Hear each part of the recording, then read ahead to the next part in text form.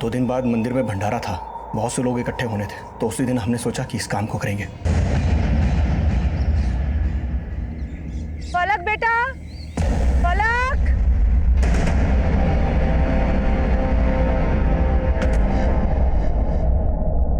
पलक बेटा, पलक पलक पलक।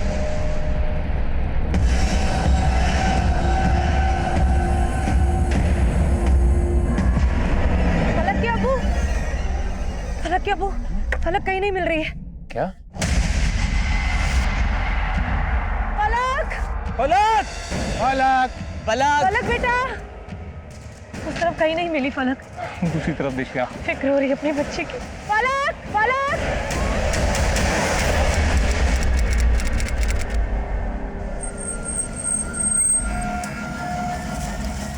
और कितनी दूर है? बस अब ये पहुंच के साथ, ये देखिए।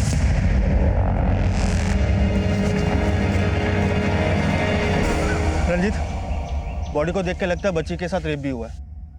बॉडी को पोस्टमार्टम के लिए भिजवाने का बंदोबस्त करो। सर।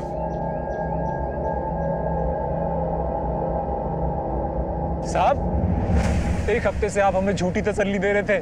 मैंने आपको पहले भी बोला था, इकबाल ने फलक की आबरू पे हाथ डाला था, फिर भी आपने उसको अंदर नहीं किया। देखो सलीम, हमने तहकीकात की थी, लेकिन इकबाल के खिलाफ हमें एक भी ठोस सबूत नहीं मिला, तो हम क्या करते? लेकिन साहब, मैं बोलूं, वो इकबाल ने... तुम्हारी बेटी पहले लापता थी, लेकिन अब उसकी लाश मिली है। तुम इकबाल की परवाह मत करो। सांगवान सर, इस इकबाल को उठा के लाओ।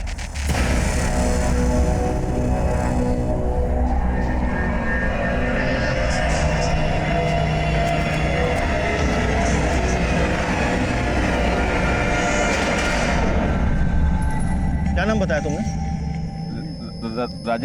राजन राज। तो ये लाश सबसे पहले तुमने यहाँ पे देखी थी? हाँ साहब, मैं सुबह अपनी बेटी चिंटी को लेके यहाँ से निकल... बस बाकी बातें थाने में पूछेंगे। पंकज। जी सर। इसे थाने लेकर आओ। चलो।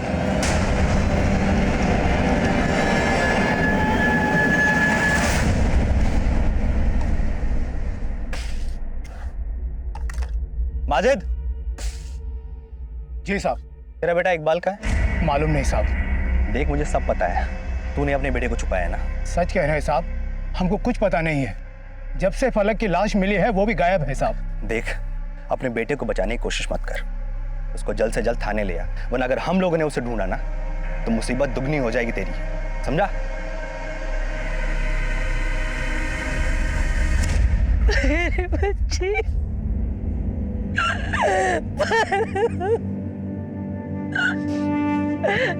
मेरी बच्ची।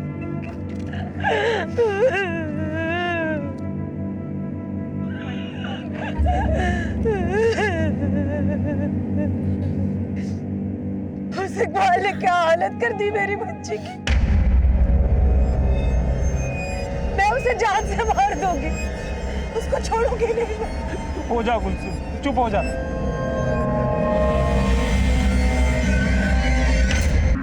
तूने हमें जहां वो लाश दिखाई, वो एरिया हम पूरे 1 हफ्ते से छान रहे थे, लेकिन वो लाश सिर्फ तुझे ही दिखाई दी। ऐसा क्यों? साहब, मेरा भी रोजाना उस रास्ते से आना जाना रहता है। मुझे लगता है साहब, कल रात में किसी ने लाश जंगल में फेंक दी होगी। ऐसा भी तो हो सकता है वो लाश तूने फेंक दी हो। पहले उस बच्ची फलक के साथ तूने 1 हफ्ते तक रेप किया, और जब जी भर गया तो उस लड़की को मार के वहां फेंक दिया। क्या कह रहे हो साहब? मैं बाल बच्चे वाला आदमी हूँ, और फलक मेरी बेटी की उम्र की थी। लेकिन फलक थी वनराय समुदाय की, और तू ठहरा पौरा समुदाय का। लकड़ी काटने से लेकर छोटी छोटी बातों पर तुम लोगों का झगड़ा होता रहता है। हो सकता है उस लड़की को मार के तूने बदला ले लिया हो।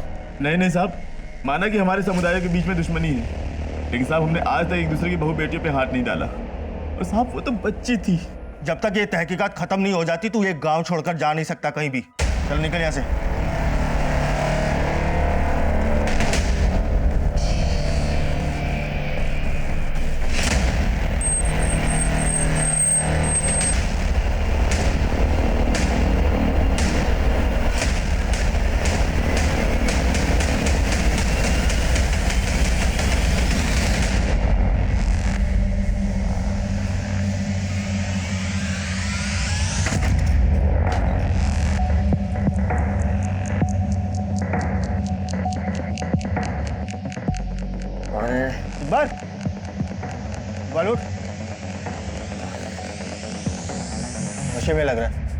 उठा के लेके चलो इसको, उठाओ।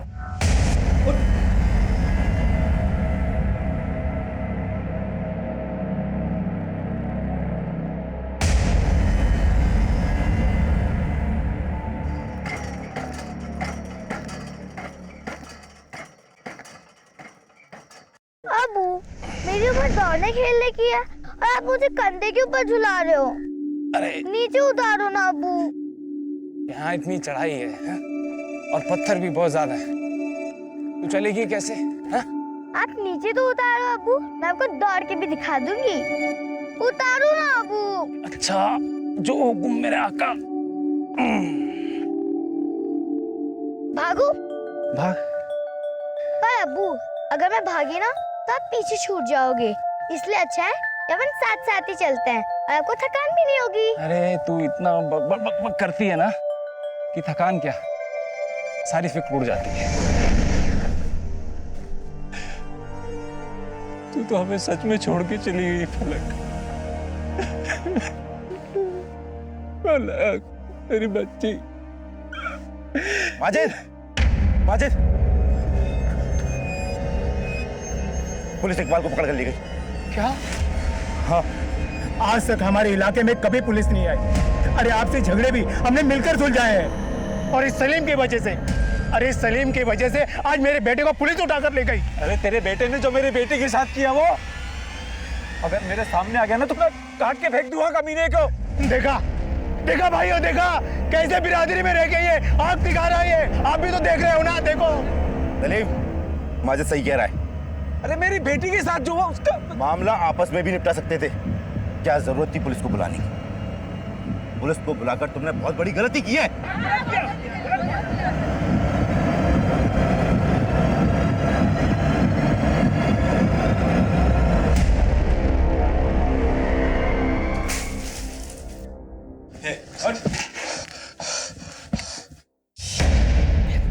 तू भी ड्रग्स के नशे में था, और फलक की पोस्टमार्टम रिपोर्ट में भी आया है कि उसे ड्रग्स का नशा देकर उसके साथ गैंग रेप किया गया था।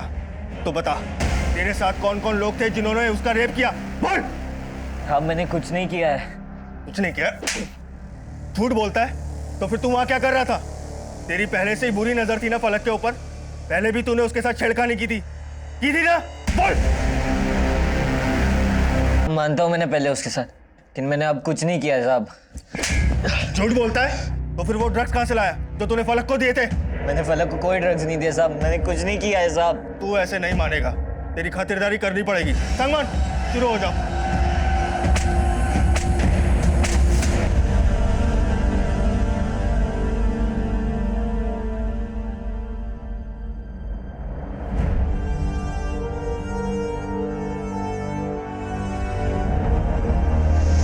अगर मैं भागी ना तो आप पीछे छूट जाओगे, इसलिए अच्छा है कि अपन साथ साथ ही चलते हैं।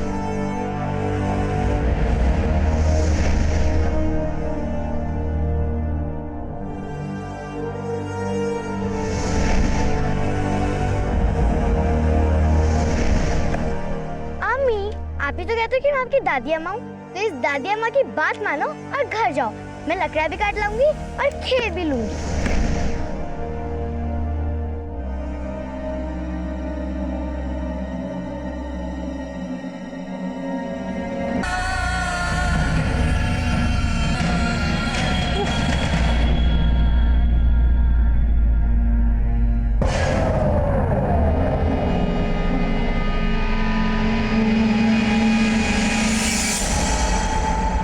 इकबाल ने अपना गुनाह कबूल नहीं किया, और फलक की पोस्टमार्टम रिपोर्ट में भी ऐसे कई सवाल थे जिनके जवाब पाना आसान नहीं था।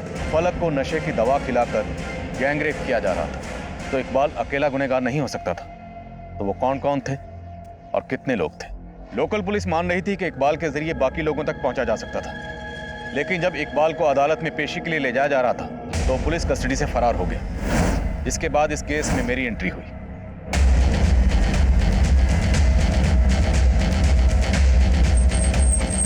इकबाल पुलिस कस्टडी से कैसे भाग सकता है? जवाब दीजिए सर। फलक को इंसाफ कब मिलेगा? देखिए, फलक को इंसाफ दिलाना हमारी जिम्मेदारी है और वो हम दिलाकर रहेंगे। और रही बात इकबाल की, उसे हम जल्दी ढूंढ लेंगे। Thank you. सर एक मिनट सर, एक सवाल। Sir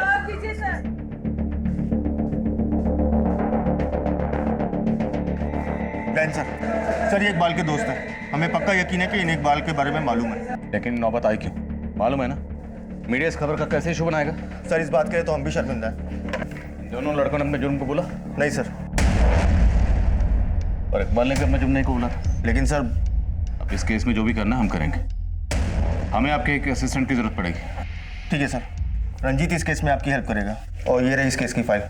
Jain sir. जय। सबसे पहले हमें वो जगह दिखाओ जहाँ फलक को आखिरी बार देखा गया और जिस जगह उसकी डेड बॉडी मिली थी। ओके सर, आइए। सलीम भाईजान, आपकी बेटी गुजर गई है और जिन लोगों को आपने अपना समझा उन लोगों ने भी आपका साथ छोड़ दिया। फिक्र मत कीजिए सलीम भाई, इस बुरे वक्त में हम आपके साथ हैं।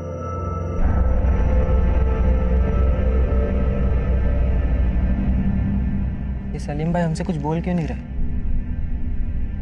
कहीं वो पहले वाली नाराजगी तो नहीं पाल रखी है? तो फिक्र मत कर, जख्म ज़्यादा गहरा है पर इस जख्म को हमें ही भरना होगा।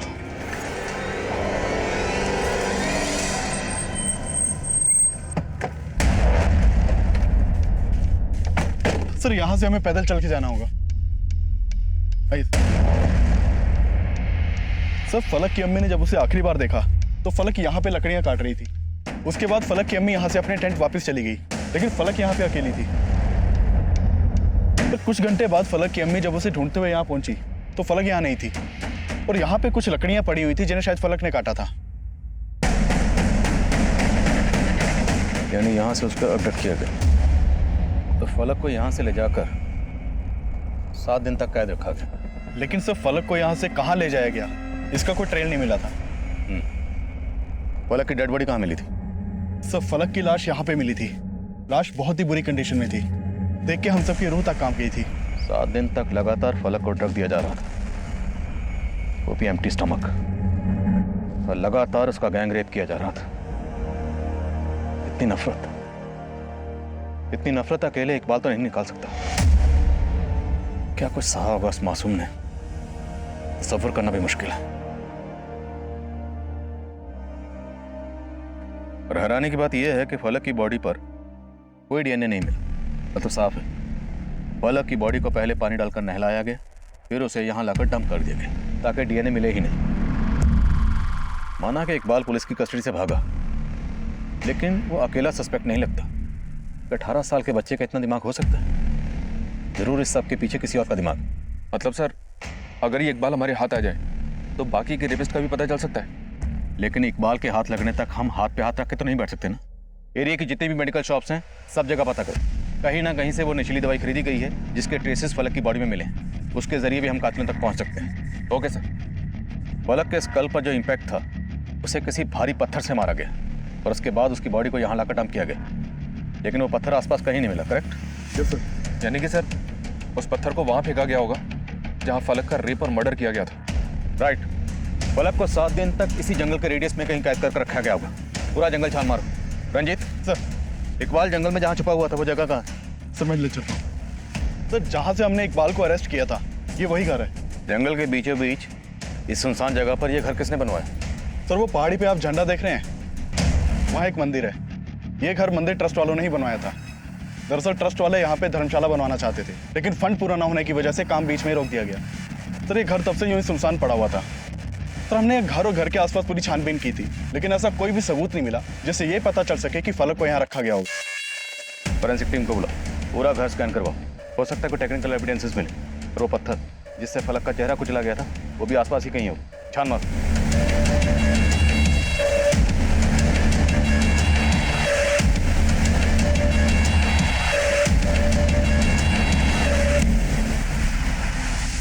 सर हम तो खुद शर्मिंदा हैं कि जो जगह हमने देवी के भक्तों के ठहरने के लिए बनवाई थी वहाँ उस मासूम बच्ची का अपराधी छुपा हुआ था। बहुत प्यारी बच्ची थी साहब। कोई ऐसा घिनौना काम कैसे कर सकता है उस बच्ची के साथ? आपकी तारीफ? सर ये इस मंदिर के ट्रस्टी हैं। 21 अप्रैल को यहाँ पे कोई भंडारा था? जी साहब। हाँ साहब, काफी लोग आए थे आसपास से।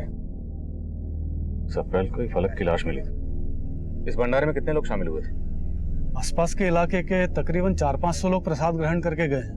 इतना बड़ा उत्सव था तो उसकी वीडियो रिकॉर्डिंग भी हुई होगी। हाँ साहब, आप बताइए हम कैसे मदद कर सकते हैं आपकी? मुझे भी रिकॉर्डिंग देखनी है। ठीक है साहब, मैं इंतजाम करवाता हूँ। जितनी जल्दी हो सके इंतजाम करवाइए प्लीज।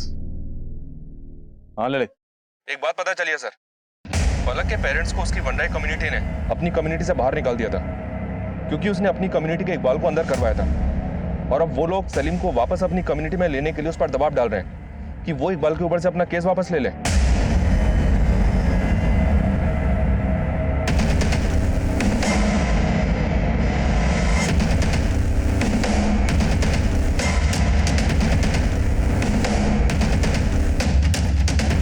इस मुश्किल घड़ी में आप लोगों को फलक के माँ बाप का साथ देना चाहिए था, उनका सहारा बनना चाहिए था। आप लोग उनके जले पे नमक छिड़क रहे।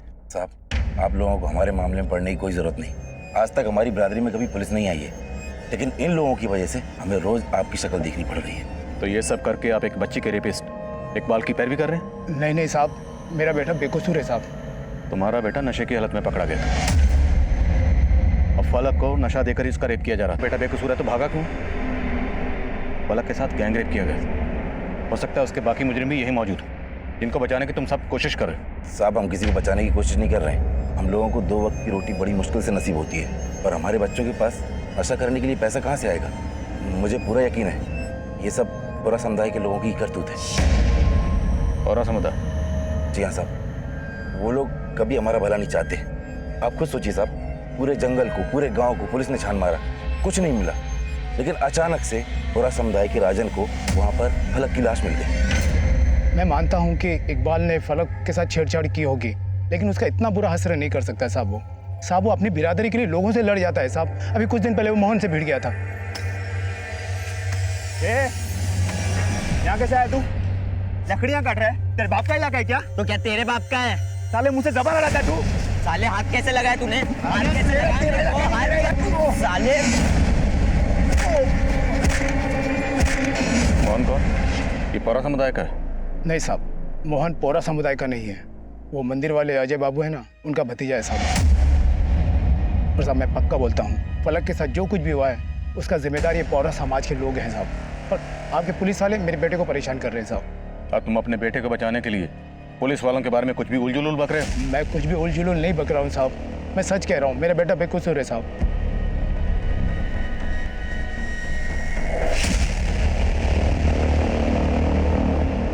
जय हिंद साहब। यहाँ क्या कर रहे हैं? साहब, वो मैं पूछने आया था कि उस बच्ची फलक को किसने... तुझे उस बच्चे से इतनी हमदर्दी क्यों है? वो तो वनराई समुदाय की थी, जिनकी खुशी भी तुम पूरा समुदाय को बर्दाश्त नहीं होती है। साहब, वो बातें अपनी जगह है, लेकिन मैं... तुझे छोड़ दिया इसका ये मतलब नहीं है कि तू राडार में नहीं है। क्राइम ब्रांच ने वनराई और तेरे पूरा समुदाय के एक आदमी का DNA लेने को बोला है। जो सच्चाई है वो जल्द सामने आएगी। चल यहाँ से जा।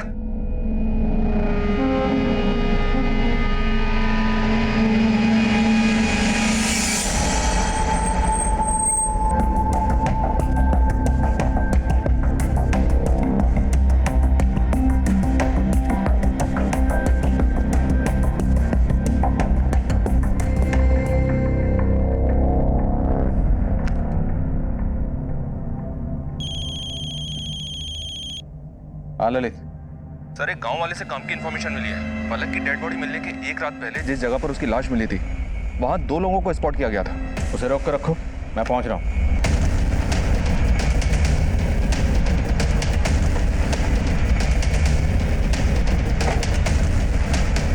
सर, ये है वो।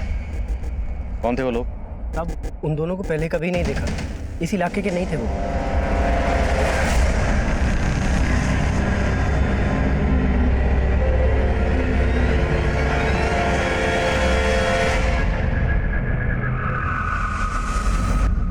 उनके स्केच बनवा सकते हो? साहब, वो लोग इतनी तेजी से निकले कि मैं उनका चेहरा नहीं देख पाया।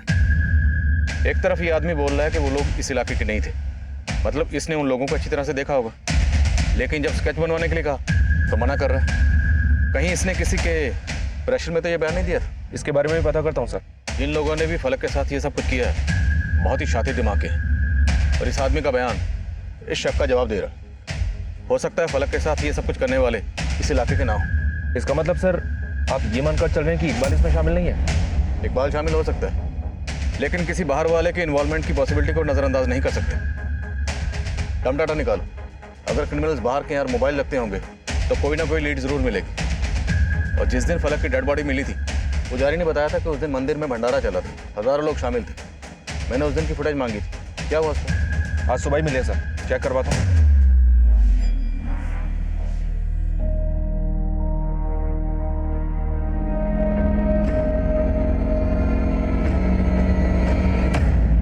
इस वीडियो में जितने भी लोग दिख रहे हैं सबकी लिस्टिंग करो, पता करो कौन इस इलाके का और कौन नहीं। सबके फोन नंबर, एड्रेस मुझे चाहिए। Okay sir.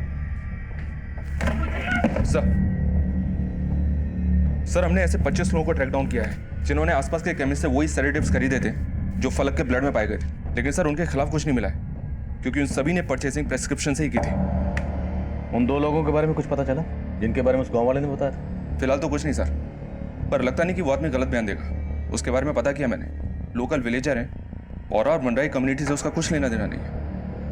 तब ये दोनों लोग वही हो सकते हैं जिन्होंने पलक के साथ डम डाटा निकला? जी सर, डम डेटा पे काम करना शुरू कर दिया है। इकबाल के फादर और उसकी कम्युनिटी पे लगातार नजर बनाए हुए हैं। इकबाल के बारे में तो कोई लीड नहीं मिली है सर, पर इस मोहन के बारे में पता किया मैंने, लोकल रेजिडेंट है। कैसा बदला साहब? प्लीज सर, मुझे इन सब चीज़ में मत घसीटिए, मेरा इन सब चीज़ से कोई लेना देना नहीं है सर। उससे इकबाल के बारे में तो कोई इन्फॉर्मेशन नहीं मिली सर, पर एक बात पता चली है, और वनराई कम्युनिटी के लोगों का अक्सर आपस में झगड़ा होता रहता है लकड़ी काटने को लेकर। इन दोनों कम्युनिटीज के झगड़े जंगल के बंटवारे को लेकर कभी खत्म ही नहीं होते। और वो पौरा समुदाय का राजन जिसने फलक की डेड बॉडी को देखा था, उस राजन के खिलाफ कुछ मिला? साहब मैंने पहले भी झूठ नहीं बोला था, मुझे बस उस फलक की लाश दिखी थी जंगल में, उसके मर्डर और रेप में मेरा कोई हाथ नहीं है साहब। लेकिन तुम लगातार पुलिस स्टेशन आकर इस केस की अपडेट लेने की कोशिश कर रहे हो। ये सब करके तुम ये जानने की कोशिश कर रहे हो कि हम क्या एक्शन ले रहे हैं। साहब आपको भी गलतफहमी हो रही है साहब। मैं पुलिस स्टेशन इसलिए आता जाता रहता था क्योंकि मैं जानना चाहता था साहब कि वो कौन है दरिंदा जिसने इस मासूम बच्ची के साथ इस तरह से, सिर्फ इंसानियत के नाते मैं पूछताछ कर रहा था साहब, क्योंकि मैं भी एक बेटी का बाप हूँ और एक बाप के दर्द को समझता हूँ मैं, जिसने फलक को खो दिया। सर मैंने इस राजन के बारे में पता किया, सब लोग उसके बारे में अच्छा ही बोल रहे हैं। उन सबका कहना है कि राजन ने हमेशा से ही पौरा और मंडाई कम्युनिटी के बीच की लड़ाई को सुलझाने की कोशिश की है। पर राजन है तो पौरा कम्युनिटी का ही ना, अपनी कम्युनिटी के बंदे के बारे में बुरा क्यों बोलेंगे? और फलक के साथ किसी एक ने गलत नहीं किया, उसके गुनहगार कहीं हैं। अब सिर्फ राजन ही नहीं, सारी पौरा कम्युनिटी हमारे रडार पर है।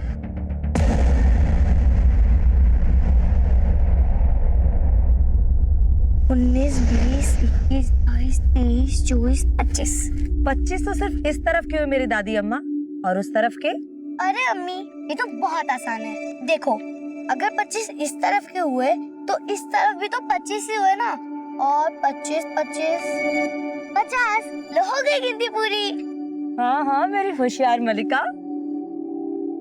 हाय मेरी जान, फलक से सीधा मलिक काम ना दे मुझे मलिका नाम पसंद नहीं है। क्यों? क्योंकि मैं फलक हूँ। जमीन पे फलक। वाह, क्या नाम दिया बुजान ने मुझे। क्यों दिया था आपने नाम उसको? जमीन पे कभी फलक टिक सकती है क्या? चले गई ना हमें छोड़ के। ऐसे ही नहीं गई वो, बहुत मजबूत थी, उसका दम घोट दिया गया। 7 दिन तक लड़ती रही, लेकिन उसको नशा देके ये सब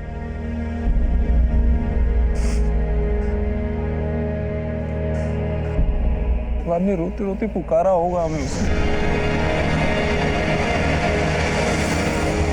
भाईजान, मुझे आप और भाभी को इस तरह बिरादरी से अलग देखकर अच्छा नहीं लग रहा है। आप लोग चलिए मेरे साथ कुल्लू घाटी, मैं वहाँ पर आप लोगों का रहने का सारा बंदोबस्त कर दूंगा।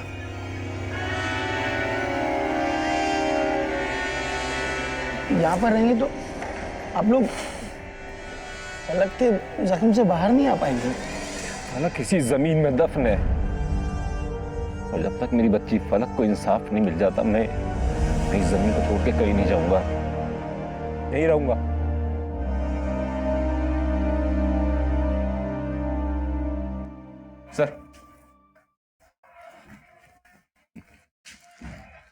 सर हमारी टीम को जंगल में पत्थर मिला है, इस पे ब्लड के ट्रेस हैं।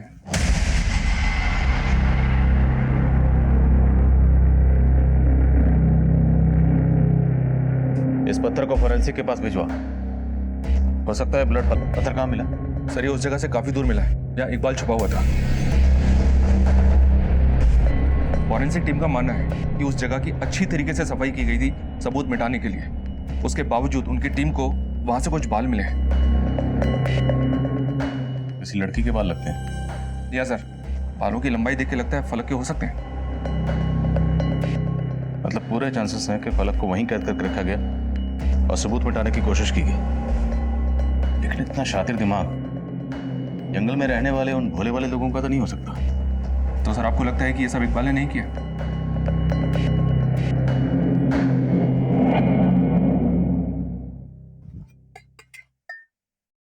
कहाँ गए थे? कहाँ गए थे? बोल क्यों नहीं रहे?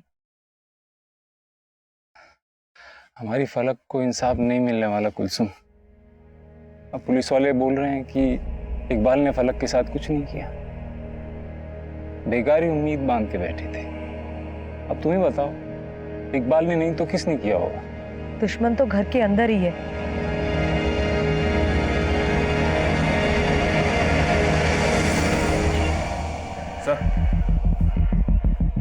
सर उस इलाके का डम डेटा स्टडी किया मैंने। फलक की लाश मिलने के एक रात पहले जिन दो लोगों को उस गांव वाले ने पहचाना था उनका पता चल गया है। वो दोनों सलीम के ही फुफेरे भाई हैं। नाम क्या है? नदीम और अफजल। अफजल और नदीम। अब ये अफजल और नदीम मंदिर के भंडारे में तो आएंगे नहीं। सर सलीम, अफजल और नदीम इन तीनों की माँ आपस में बहनें थी। उनके नाम एक साझी की जमीन थी। बस उसी जमीन के बंटवारे को लेकर सलीम का नदीम और अफजल से झगड़ा चल रहा था। तो फलक के साथ जो हुआ वो कहीं इस झगड़े का नतीजा तो नहीं? और फलक की लाश को ठिकाने लगाने वाले कहीं यही दो लोग तो नहीं?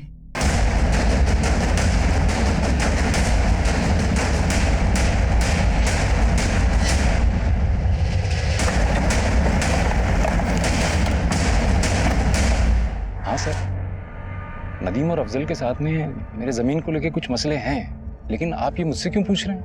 कहीं ऐसा तो नहीं कि उन दोनों ने आपकी बेटी फलक के साथ? नहीं नहीं साहब, वो तो मेरे भाई हैं। माना कि सगे नहीं है और उनके साथ कुछ जमीन को लेके मसले चल रहे हैं, लेकिन वो मेरी बेटी फलक के साथ ऐसा कभी नहीं कर सकते। देखिए, जिस दिन फलक की बॉडी मिली उससे एक रात पहले ये दोनों उसी जगह देखे गए थे।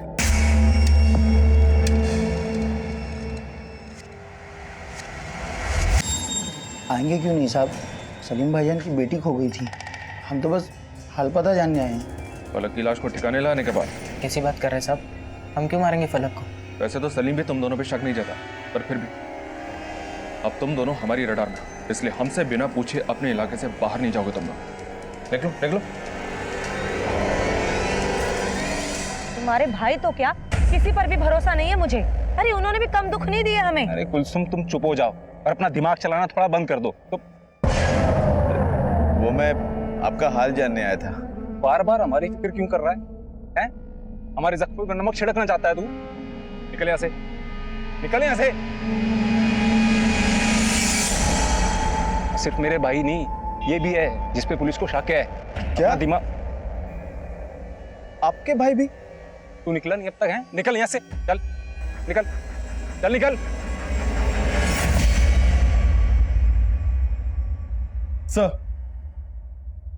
सर जिन लोगों ने मेडिकल स्टोर से सेडेटिव खरीदा था उनमें से एक को जीरो डाउन किया है। सर ये मयंक है। करीब 1.5 महीने पहले इसने सेडेटिव खरीदा था और फलक के गायब होने से कुछ दिन पहले इसने सेम दवाइयां दोबारा से खरीदी थी। क्या नाम बताया? सर मयंक। मयंक? ये देखा देखा क्यों लग रहा है? इसको भंडारे के वीडियो में देखा होगा आपने सर।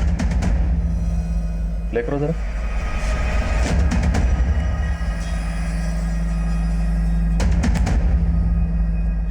ये मयंक तो राजन के साथ दिख रहा है। और ये मोहन है जिसके साथ इकबाल का झगड़ा हुआ था।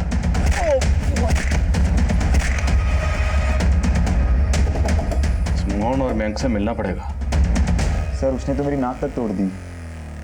और तुमने बदला ले लिया? कैसा बदला साहब? प्लीज सर, मुझे इन सब चीज में मत घसीटिए। मेरा इन सब चीज से कोई लेना देना नहीं है सर। ठीक है, तुम जा सकते हो। सर ये प्रिस्क्रिप्शन मुझे पहले भी दिखाई थी। मेरे मामा के दिमागी हालत ठीक नहीं। डॉक्टर की प्रिस्क्रिप्शन के हिसाब से ये दवाई दिन में एक बार खिलानी है, राइट? हाँ। और केमिस्ट के हिसाब से ये दवाइयाँ तुम्हारे पास अभी भी बची होनी चाहिए। तो ये दवाई दोबारा खरीदने की जरूरत क्या पड़ी? क्योंकि मेरे मामा ने दवाइयाँ मिसप्लेस कर दी थी, इसलिए दवाइयाँ दोबारा खरीदनी पड़ी। मोहन को जानते हो?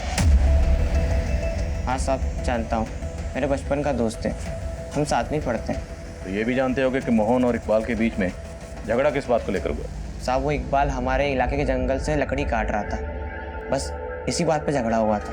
पौरा समुदाय का राजन? राजन? साहब, मैं पौरा समुदाय के लोगों को उनके नाम से नहीं जानता।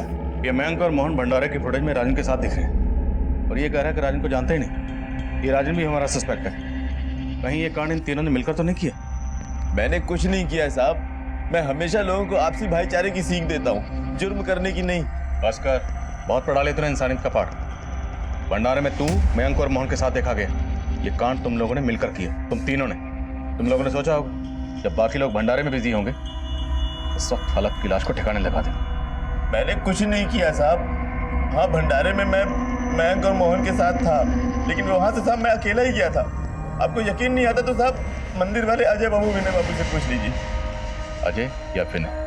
विनय बाबू से। कौन विनय बाबू? वो मंदिर के ट्रस्टी हैं साहब, अजय राणा उनका बेटा है, चंडीगढ़ में पढ़ाई करता है। जब मैं वहां से जा रहा था तभी वो वहां पहुंचा था।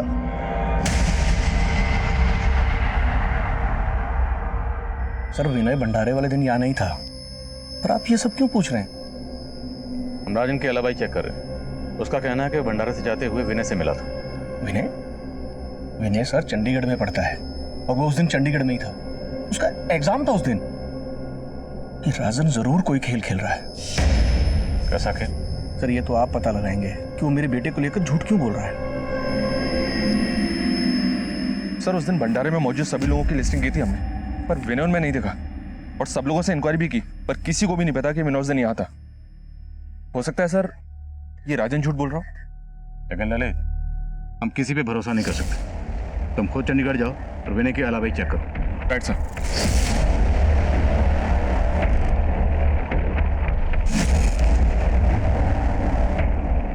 सर, 21 तारीख को तो मेरा एसएसटी का एग्जाम था और गांव तो मैं गया ही नहीं था।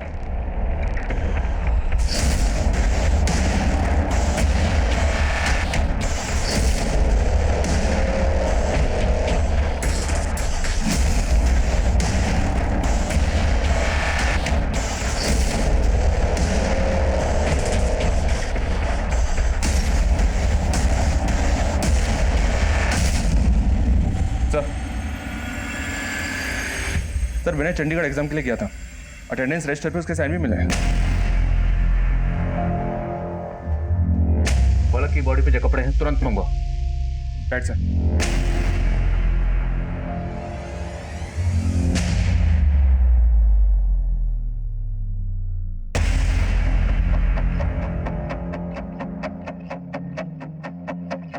ये माजरा कुछ अलग है।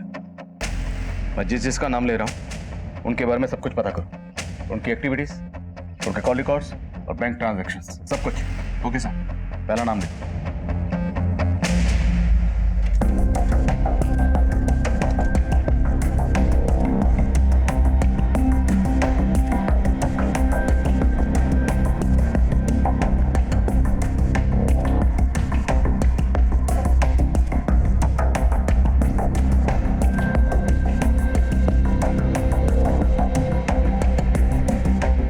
यस सर, उम्मीद है अब हम इस केस को जल्दी क्रैक कर लेंगे। Thank you sir. जय हिंद। सर, फलक के गायब होने के बाद अजय राणा ने अपने बैंक से 4 लाख विड्रॉ किए थे। इस विड्रॉल के बारे में जब मैंने उससे पूछा तो उसने कहा कि वो पैसा उसने भंडारे में दान देने के लिए विड्रॉ किया था। लेकिन सर, भंडारे में दान देने वालों की पर्ची को मैंने देखा तो उसमें अजय राणा के नाम पे सिर्फ 30,000 लिखे हैं। तो इस अजय राणा ने बाकी के 3,70,000 का क्या किया? पता नहीं सर, लेकिन सर उसका ये बयान भी झूठा निकला कि भंडारे वाले दिन उसका बेटा विनय चंडीगढ़ में था, क्योंकि अटेंडेंस रजिस्टर पे विनय के जो साइन मिले थे वो चेक करवाए मैंने, नकली थे। सर, आप बेकार में हम पे शक कर रहे हैं। हमने पता लगाया है कॉलेज के अटेंडेंस रजिस्टर पर तेरे नहीं, तेरे कॉलेज के पीएन के साइन। अब सच बोलेगा?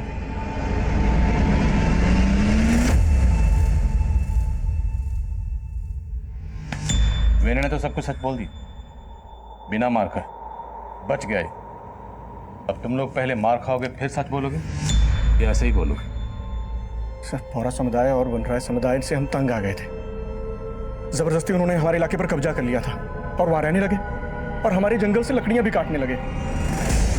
पौरा समुदाय ने तो कुछ पैसे भी दिए थे रहने के लिए, लेकिन वनराय समुदाय तो बहुत टेढ़े थे। उनके लड़के ने हमारे भतीजे मोहन का नाक भी तोड़ दिया। सर, हम लोग तो इकबाल को पकड़ के मारने वाले थे। सर, हम लड़का लड़की को ही नहीं बल्कि दोनों समुदायों को सबक सिखाना चाहते थे। हमें पता था दोनों की आपस में बनती नहीं है। 5 दिन निकलने के बाद हमें लगा लड़की कभी भी मर सकती है। उसकी लाश को तो ठिकाने लगाना ही था।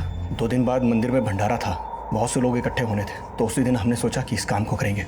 लेकिन तुम लोग जहां पर फलक का रेप कर रहे थे वहीं से इकबाल गिरफ्तार हुआ, इसका क्या चक्कर है?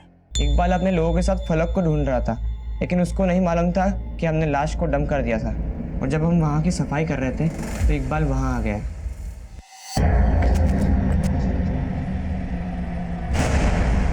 ये क्या कर रहे हो? किसका खून साफ कर रहे हो? ये क्या कर रहे हो?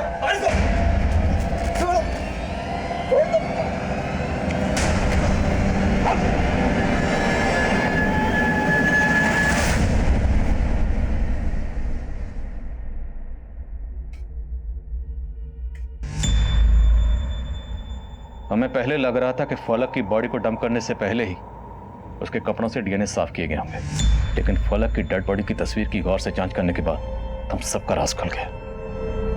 यानी फलक के कपड़ों को धोने का काम पुलिस को उसकी बॉडी बरामद होने के बाद किया गया। तुम लोग उसके मर्डर और गैंगरेप की तहकीकात कर रहे थे, सिर्फ 3,70,000 के लिए अपना ईमान बेच दिया। 3,70,000 तो सिर्फ शुक्राना था।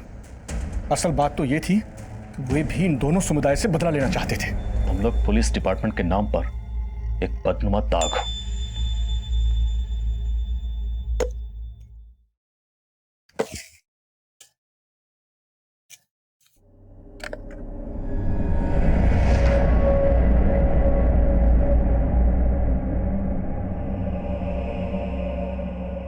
फलक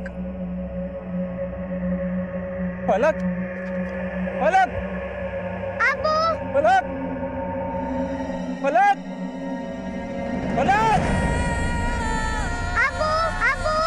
फलक।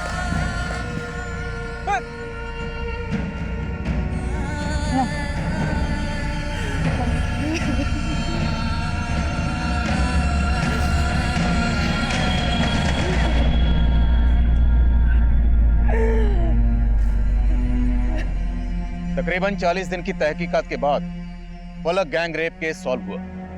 मैंने अपना काम कर दिया था, लेकिन मुझे चैन की सांस नहीं मिली, क्योंकि उस मासूम बच्ची फलक का चेहरा अभी तक मेरे जहन से नहीं निकल पाया। जो कुछ भी हुआ वाकई गैर इंसानी है। अतिक्रमण को लेकर जो मुठभेड़ वंडाई समुदाय के इकबाल और मोहन के बीच हुई थी, अगर वक्त रहते वहां के समझदार और बुजुर्ग लोग उसे सुलझा लेते तो फलक शायद आज भी हमारे बीच जमीन पर फलक की तरह होती। अब मैं आपसे इजाजत लेता हूं, आपसे फिर मुलाकात होगी एक और नए केस के साथ। तब तक देखते रहिए क्राइम पेट्रोल 10 तक। मकसद बताना नहीं, बचाना।